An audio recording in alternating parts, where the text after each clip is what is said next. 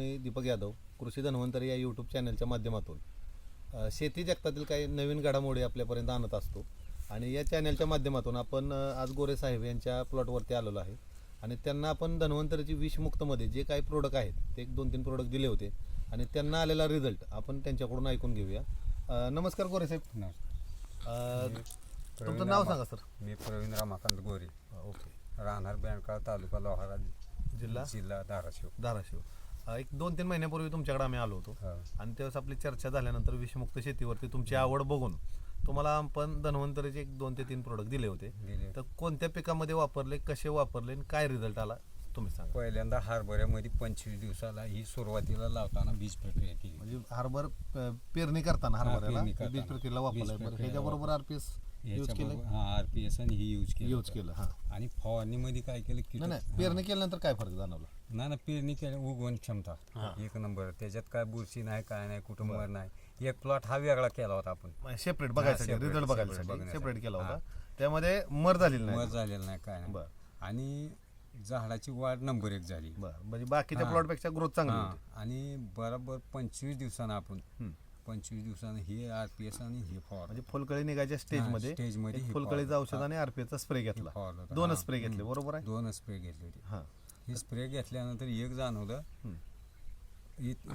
घाट्या आणि कळी एवढा नंबर 1. आणि पाण्याचा ताण सगळ्यात महत्वाचं पाण्याचं पाणी कमी मिळालं. शेतकऱ्याला काय राहते लाईट हे या गोष्टीमुळे का सगळ्यात. आणि उतार पण चांगला भेटला. पाण्याचा प्रॉब्लेम झाला. पाण्याचा प्रॉब्लेम झाला लाईट मुळे किंवा इतर अडचणी.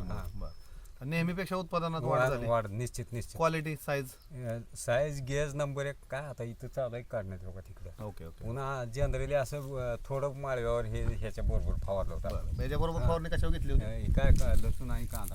लसूण आणि कांदा मारले. कसलाच खात नाही बरं कसं. ह्याला खत नाही अजिबात. कसलाच खत वगैरे काय टाकलं? काय नाही. कसलाच खात घेतलं नाही. पलीकडे हे पण दाखवतो. दाखवणार ना. तिथलं काय करा, फोटो घेऊन या.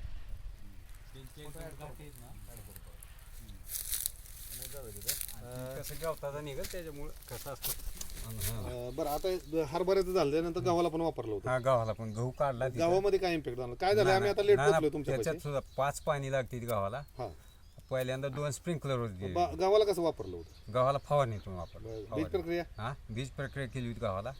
गव्हाचं ती एकदलचं वेगळं होतं ती प्रोडक्ट. बिजोरीच होतं फक्त तेल वगैरे वेगळं आणि त्यासाठी वेगळं होतं. तर गव्हाला पण बीज प्रक्रिया करून आपण पेरले आणि फवारण्या 2 घेतल्या. त्याच्यात 1 पाण्याची जी कमतरता 5 पाणी देत होतो. रान थोडा आपला हलका आहे. तर पहिले 2 पाणी स्प्रिंकलरने दिले होते. नंतर काय केलं, ह्याची फवारणी घेतली. नंतर 2च पाण्यावर खाल्ल्या पाण्यावर आला.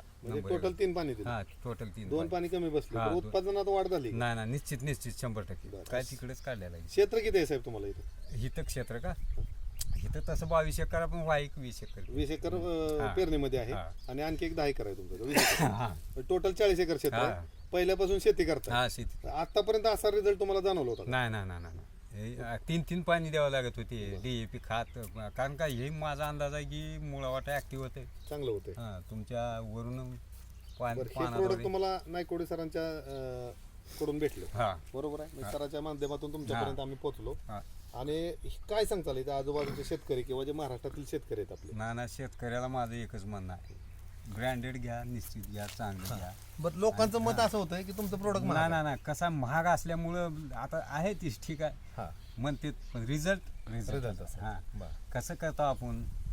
आता चालून उकंड्यातला खात जर पेरायचा म्हणलं तर ती कोणत्या दुसऱ्यात काम करा किंवा काय तर करा, त्याच्यापेक्षा आणले 500ची गोणी.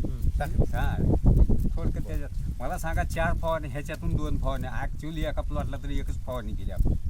असाच रिझल्ट आहे. एका फवारणीमध्ये रिझल्ट. साईडला थोडं ठेवलं होतं आपण, तिथंच फरक दाखवते दोन्हीमध्ये प्लॉट. आणि आता हे हरभरा काढलेला आणि करेक्ट जर केलं 100% ॲक्युरेट, 100% टॉपचा रिझल्ट येणार. थोडंफार 25-30% 10 ते 12 दिवसानं ऊसाचं का तुम्हाला व्हिडिओ पाठवतो. बरं. पेरताना हे सगळंच. मग ऊसाला तर लागणीचा ऊस आहे त्याला वापरलंय. आणि तुम्ही 40 एकर तुमचं क्षेत्र आहे टोटल, त्याच्या खाली ठरवलं घ्यायचं. त्याला ठरवलं. बरं आपलं एक खत येतं प्रोम म्हणून, त्याची पण आता तुमची ऑर्डर आहे. घेऊ ना, त्याचं पण चाललंय.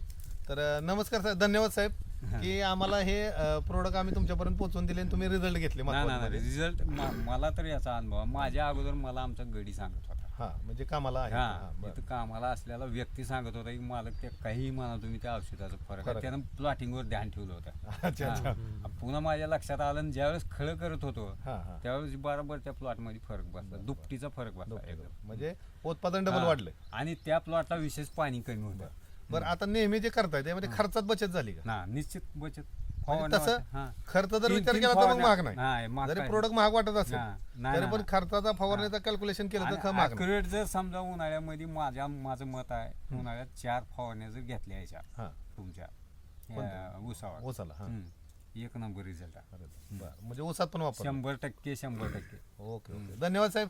धन्यवाद